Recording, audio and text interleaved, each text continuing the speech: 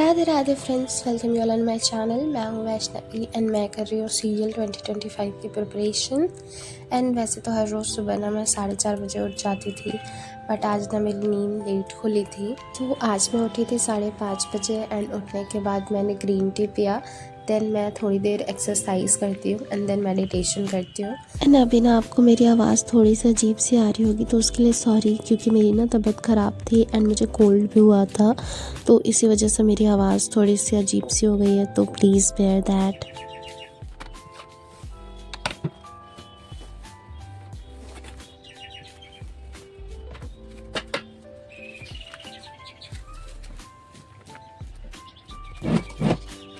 Exercise करने के बाद जब मैं पढ़ने आई तो मैंने देखा कि मेरा टेबल तो बहुत ही बुरी हालत में है, क्योंकि अभी कुछ दिन से ना मैं पढ़ नहीं पा रही थी, मेरी तबीयत नहीं ठीक थी, तो मेरा टेबल भी बहुत ख़राब हो चुका था। तो मैंने सोचा कि पहले उसको क्लीन कर लेते हैं अच्छे से, तो मैंने थोड़ा सा डीप क्लीन करा।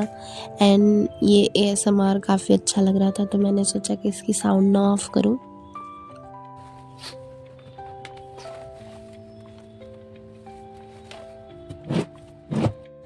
टेबल क्लीन करने के बाद ना मैं तुरंत बैठ गई थी पढ़ने के लिए। एंड मैंने आज सबसे पहले square cubes and table revise करा, क्योंकि मुझे बहुत दिन हो गया था एंड मैं कैलकुलेशन प्रैक्टिस कर रही थी, तो मैंने सोचा कि आज मैं स्क्वायर्स क्यूब्स वगैरह भी रिवाइज़ कर लूँ, क्योंकि इससे तो डायरेक्ट क्वेश्चंस होते हैं स्क्वायर क्यूब से।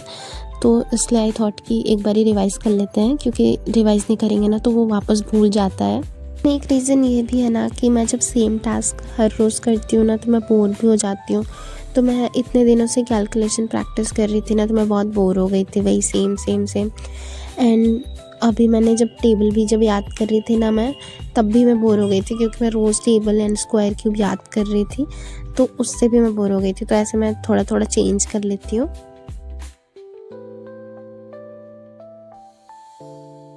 टेबल वगैरह याद करने के बाद मैंने करा ब्रेकफास्ट। एंड ब्रेकफास्ट में मैंने आज वाटरमेलन खाया था। एंड उसके तुरंत बाद ना मैं बैठ गई थी मॉक देने के लिए। एंड आज भी मैंने फुल मॉक दिया था सीजीएल का। एंड आज मेरे काफ़ी अच्छे मार्क्स आए। वैसे तो मैंने बहुत दिन बाद दिया था, बट फिर भी मेरे मार्क्स अच्छे आए। एंड मेरे मार्क्स आए थे आज 121, तो it's a good score I guess. मतलब अगर ऐसे देखें तो ये बहुत अच्छा मार्क्स नहीं है, बट अभी जितने मेरे मार्क्स आ रहे हैं ना, तो उस हिसाब से मेरी जब ग्रोथ हो रही है तो मुझे बहुत अच्छा लग रहा है। मेरा जो मॉक देने का सीक्वेंस होता है ना, वो होता है English, reasoning and GK, then आता है लास्ट में मैथ्स। एंड जब मैं कभी कभी ये चेंज करने का ट्राई करती हूँ ना, मतलब मैं रीजनिंग पहले कर लेती हूँ एंड इंग्लिश बाद में करती हूँ ना, तो मेरे मार्क्स कम हो जाते हैं। इसलिए ना अब मैं इसी पे स्टिक रहती हूँ कि मैं सबसे पहले इंग्लिश करूँगी, then reasoning, GK and then maths. आप लोग किस सीक्वेंस में मॉक देते हो प्लीज़ मेरे को कमेंट करके बताना।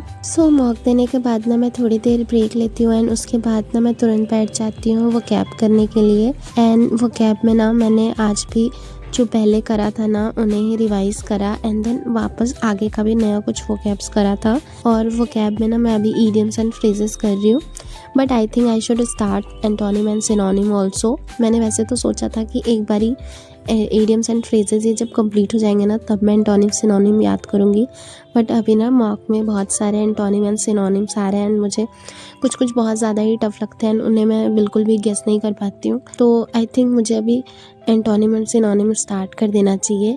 एंड मैं साथ में ईडियम्स एंड फ्रेजेस भी करती रहूँगी, क्योंकि मुझे ना ईडियम्स एंड फ्रेजेस उतने भी टफ नहीं लगते हैं, मुझे ईजिली याद हो जाता है। एंड पढ़ते पढ़ते मुझे वापस से थोड़ी सी भूख लग जाती है, तो मैं ग्रेप्स खा लेती हूँ। एंड अभी तुम सोचोगे कि मैं कितना खा रही हूँ, तो यार मैंने वाटरमेलन खाया था एंड वो बहुत जल्दी डाइजेस्ट हो जाता है, इसलिए मेरे को थोड़ी सी भूख वापस लग गई।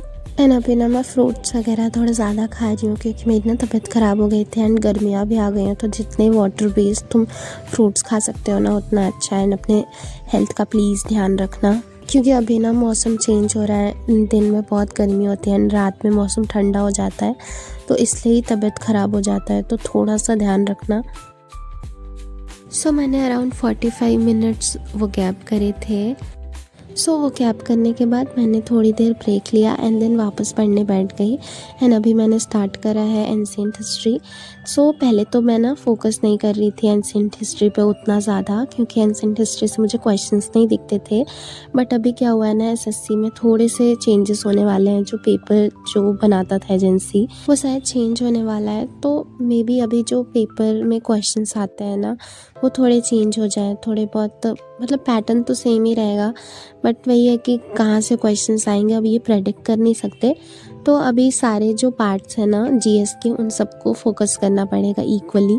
एंड अभी ना किसी ने मुझसे कमेंट में एसएससी स्कैम पे भी पूछा था कि मेरा क्या थॉट है। तो देखो यार, मैंने तो अभी एसएससी का एक भी एग्ज़ाम नहीं दिया है। मेरा ये पहला अटेम्प्ट होने वाला है। ना ही मैंने CHSL का दिया है, ना ही मैंने CGL का दिया है। मैंने अभी तक कोई एग्ज़ाम नहीं दिया है। तो मुझे नहीं आइडिया है कि कैसे मार्क्स इवेल्यूएट होते हैं, कैसे रॉ मार्क्स होते हैं, क्या ही उसमें नॉर्मलाइजेशन होता है। तो अभी मुझे कुछ भी आइडिया नहीं है एंड मैंने अभी तक अपना 100% बिल्कुल भी नहीं दिया है। तो मुझे ऐसा लगता है कि जब तक मैं एग्ज़ाम नहीं दे लेती, मैं तब तक उसे छोड़ने का तो कभी नहीं सोच सकती, है ना। एंड इसलिए मैं स्कैम वाली न्यूज़ वगैरह ज़्यादा नहीं देखती हूँ, क्योंकि फिर मुझे ना उसे डर लगने लगता है। तो मैं उन सब न्यूज़ से बहुत ज़्यादा दूर रहती हूँ। एंड मैं अभी फ़िलहाल अपने सिर्फ पढ़ाई पे फोकस कर रही हूँ एंड मैं अभी इसे क्विट करने का तो बिल्कुल भी नहीं सोच सकती। एंड ये जो कट ऑफ बढ़ रही है ना, हम इसको पूरी तरीके से नहीं कह सकते कि स्कैम है, क्योंकि आप लोगों ने भी देखा होगा बहुत सारे इंटरव्यूज़ वगैरह एंड बहुत सारे वीडियोज़ ऐसे आए थे जिसमें कि जो रिपीटर्स थे ना, वो बहुत सारे एग्ज़ाम्स दे रहे थे। तो कुछ कुछ चीज़ें ना गलत हो रही है, वेटिंग लिस्ट वगैरह नहीं हो रहा, बट हम ये नहीं कह सकते कि स्कैम चल रहा है। एंड अभी तो सारे टीचर्स लोगों ने भी प्रोटेस्ट करा था एंड उनकी मीटिंग हुई थी, तो मे बी चीज़ें जो हैं वो सही हो जाए। तो अच्छे से प्रिपरेशन करो एंड थोड़ी सी मेहनत करो। कट ऑफ तो बढ़ ही रही है क्योंकि पेपर भी बहुत ईजी आ रहा है। तो 35 मिनट्स मैंने एंशिएंट हिस्ट्री रिवाइज़ करा था एंड उसके बाद मैंने थोड़ी देर ब्रेक ली थी एंड देन मैं तुरंत बैठ गई थी ज्योग्राफी रिवाइज़ करने के लिए। एंड अभी ना मैं दो पार्ट्स को एक साथ लेके चल रही हूँ। पहले ना मैं सिंगल पार्ट्स को लेके चलती थी एंड इसलिए ना मैं उसे ज़्यादा देर तक पढ़ भी नहीं पाती थी। तो इसलिए अभी मैंने डिसाइड करा है कि अब मैं 2 पार्ट्स को साथ में ही रिवाइज़ करूँगी एंड इसकी वजह से ना मेरी प्रोडक्टिविटी भी बढ़ जाएगी। एंड मैं 2 पार्ट्स को साथ में रिवाइज़ करूँगी ना, तो कभी कभी जब ऐसा होता है कि एक पार्ट रिवाइज़ करो एंड फिर पीछे वाला भूल जाता है, क्योंकि हम ज़्यादा टाइम लगा देते हैं पढ़ने में।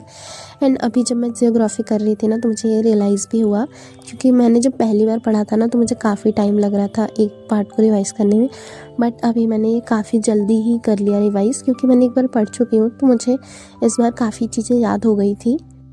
Now is the question time and today's question is, which are the countries lie on the Greenwich time meridian? Answer in the comment section.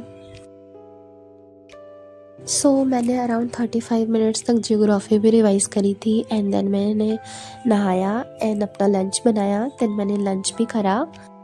अभी मैं वापस से पढ़ने बैठ गई थी एंड मैं कर रही हूँ मैथ्स का लेक्चर और उसमें मैं कर रही हूँ टाइम एंड वर्क का लेक्चर। एंड अभी जैसे कि आप लोग मुझे सजेस्ट करते थे कि मुझे क्वेश्चंस नहीं लिखने चाहिए, तो now I am reach at the point जहाँ मैं क्वेश्चंस ना लिखूँ तो मेरा काम चल जाता है। मतलब जब चैप्टर स्टार्ट होता है ना, तो मुझे क्वेश्चंस लिखने पड़ते हैं, क्योंकि उस टाइम ना मुझे ऐसा लगता है कि मुझे जो क्वेश्चंस नहीं आ रहे मुझे उन्हें लिखने चाहिए। एंड स्टार्टिंग के बहुत सारे ऐसे क्वेश्चंस होते हैं जो ऐसा लगता है कि इन्हें लिख लेना चाहिए, तो मैं स्टार्टिंग के लिखती हूँ। बट धीरे धीरे जैसे जैसे क्वेश्चन पैटर्न सेम होता जाता है ना, मैं क्वेश्चंस लिखना बंद कर देती हूँ एंड उन्हें अपने तरीके से शॉर्टकट में लिख लेती हूँ, जहाँ पे थोड़े टाइप्स चेंज होते हैं एंड मुझे वो लगता है कि क्वेश्चन टफ है एंड कभी कभी इंपॉर्टेंट होता है, तो मैंने हाईलाइट भी कर लेती हूँ एंड उस क्वेश्चंस को कम्प्लीटली लिख भी लेती हूँ। एंड मैथ्स का लेक्चर करते करते बीच में मैंने फ्रूट्स भी खाया, देन वापस मैं बैठ गई थी पढ़ने के लिए। एंड आज भी मैंने 2 लेक्चर्स करे थे एंड ये 1.5 आवर्स के लेक्चर्स थे, तो मुझे 3-4 घंटे लग जाते हैं लेक्चर्स करने में। एंड आई नो कि मैथ्स का लेक्चर करना ना काफ़ी बोरिंग हो जाता है, क्योंकि 4 घंटे लगातार बैठ के पढ़ना भी मुश्किल होता है। तो आप बीच बीच में ना थोड़ा थोड़ा ब्रेक ले सकते हो, थोड़ा घूम लो इधर उधर, या फिर आपका मन करे तो कुछ खा भी लो। मेरे को तो खाना ही स्किप लगता है, बट फिर आप कमेंट में बोलते हो कि मैं ज़्यादा खाती हूँ, तो अभी मैं कुछ नहीं कर सकती, मैं खाती हूँ तो खाती हूँ। एंड अगर मैं डेली व्लॉग बना रही हूँ तो मुझे ऑनेस्टली तो दिखाना ही पड़ेगा ना। एंड फाइनली मैथ्स का सारा लेक्चर कंप्लीट करने के बाद मैं चली जाती हूँ छत पे, क्योंकि मैं बहुत थक जाती हूँ मैथ्स पढ़ते पढ़ते। तो मैं बाहर आ जाती हूँ एंड इतना प्यारा सनसेट हो रहा होता है, तो मैं थोड़ी देर तो छत पे ही रहती हूँ एंड रिलैक्स करती हूँ। फिर सनसेट के बाद ना धीरे धीरे स्काई ऐसे ऑरेंज एंड पिंकिश सी हो गई थी, तो बहुत अच्छा लग रहा था।